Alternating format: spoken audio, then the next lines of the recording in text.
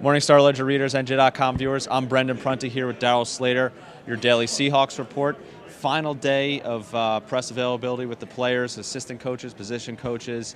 You know what? A lot of the players at this point, you know what? They're pretty much they're dialed in. You know what? Practices are in their final throes before before Sunday's game. Obviously, everyone's talking about Peyton Manning, this, that, and the other thing.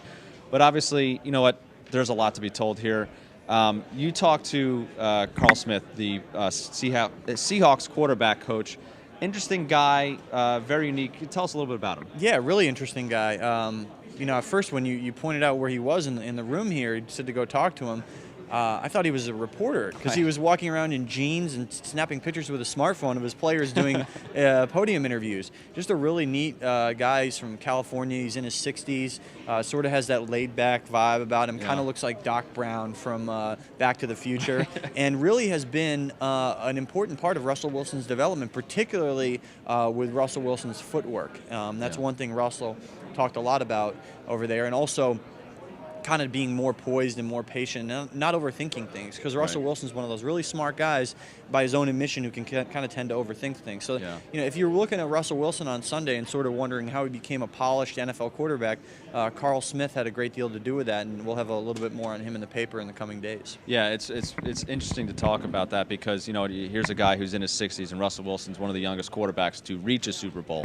And sort of piggybacking off of that is a little bit, the offensive line that protects Russell Wilson. I have something running tomorrow about this offensive line. There's only one guy who's 30 years old, and he's exactly 30 years old. That's Paul McQuiston, and he's a backup. He's the most tenured guy at 8 years. Everyone else, they got 3 rookies on the unit. Most of the guys are not, the exception of Russell Okung, are not first-round picks. And this is a unit that has protected Russell Wilson.